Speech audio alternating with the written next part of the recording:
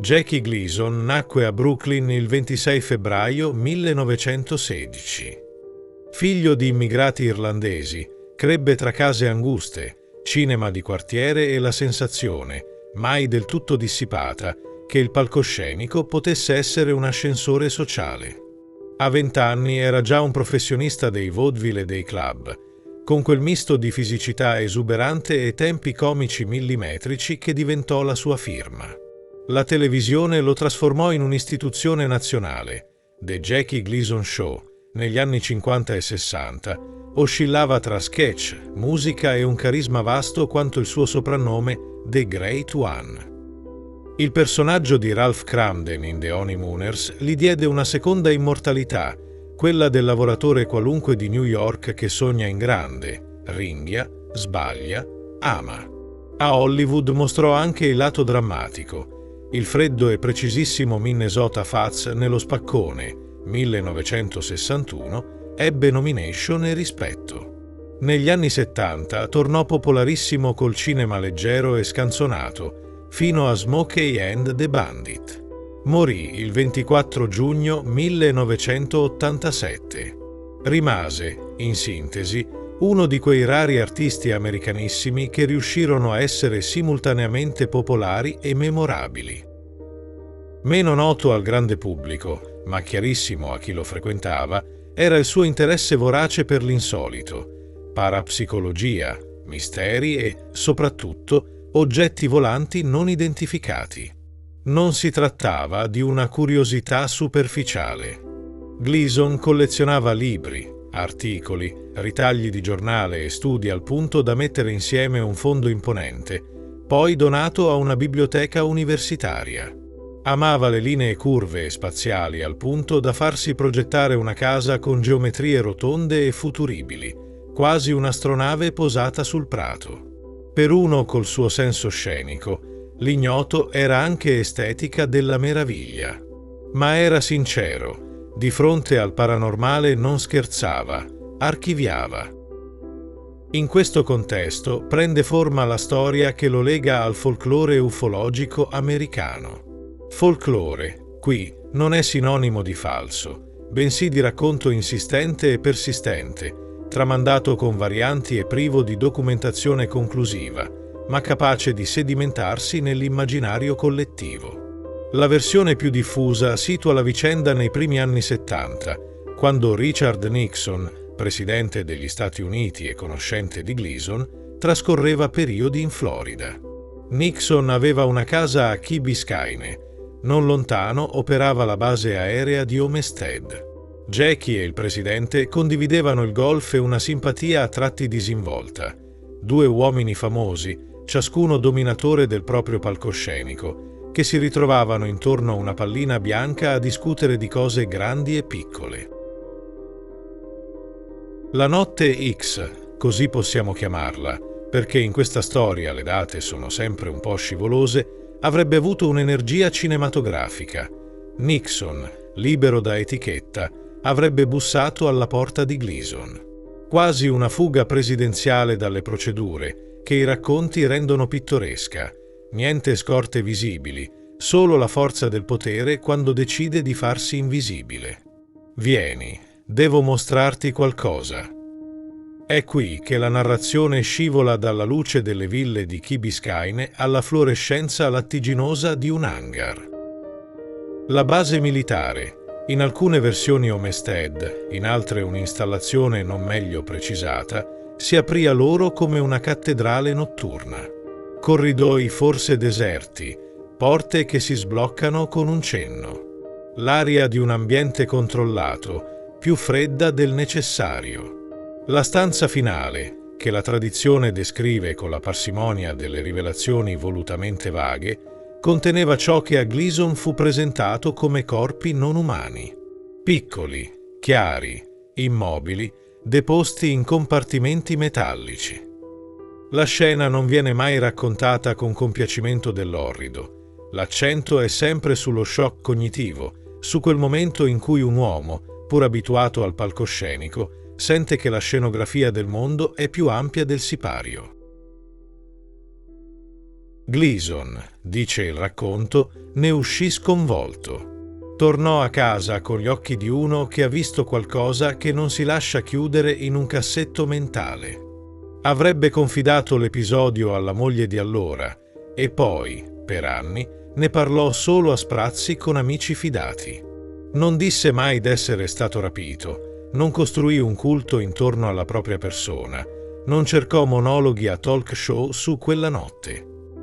Continuò, invece, a essere Jackie. Lavorò, giocò a golf, lesse, allargò la propria raccolta. Ma la storia prese vita autonoma, come spesso succede a certi racconti che toccano la soglia tra potere e arcano. Gente diversa la ripeté con sfumature differenti. L'auto era presidenziale o era la sua? La base era questa o quell'altra? L'anno era il 1973 o un'altra stagione? E i corpi? Pallidi, gracili, con teste sproporzionate? La vaghezza dei dettagli è, paradossalmente, ciò che li ha resi più resistenti. Un mistero troppo ben definito suscita sospetti. Quello che ti sfugge di mano, invece, ti resta nella testa. Ha senso chiedersi: è plausibile? Una visita presidenziale fuori protocollo in un'installazione militare non è semplice. Le regole di sicurezza, le catene di comando, la tracciabilità dei movimenti presidenziali sono progettate per impedire improvvisazioni. D'altra parte, i presidenti sono esseri eccezionali per definizione e gli anni 70 furono un'epoca in cui la distanza tra Vaticano e retropalco della politica si ridusse spesso a un corridoio chiuso. In altre parole, logisticamente difficile non significa impossibile. In assenza di registri verificabili, la discussione resta nella penombra. Chi vede in Jackie un bambino gigantesco innamorato del fantastico potrebbe supporre che la storia sia il prodotto di una mente suggestionabile. Ma è proprio il contrario che rende il racconto interessante.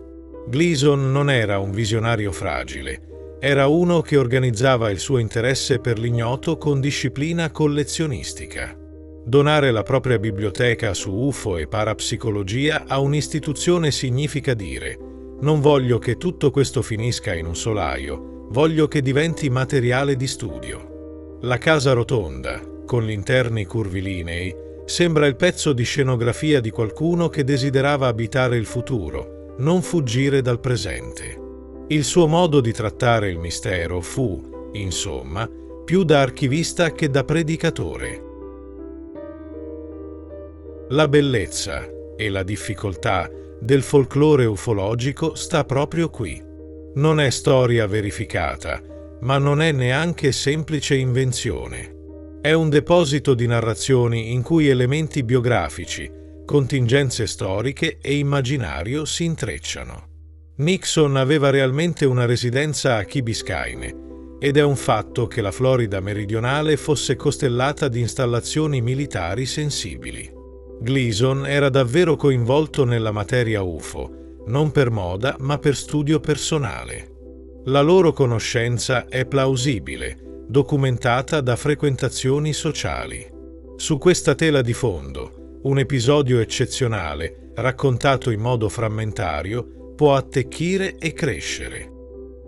C'è poi un livello simbolico. Un presidente, cioè l'icona massima del potere terrestre, che apre a un comico l'archetipo del narratore popolare, la porta del segreto cosmico. È un'allegoria irresistibile dell'America del dopoguerra, la politica che si appoggia allo spettacolo e lo spettacolo che si nutre di politica.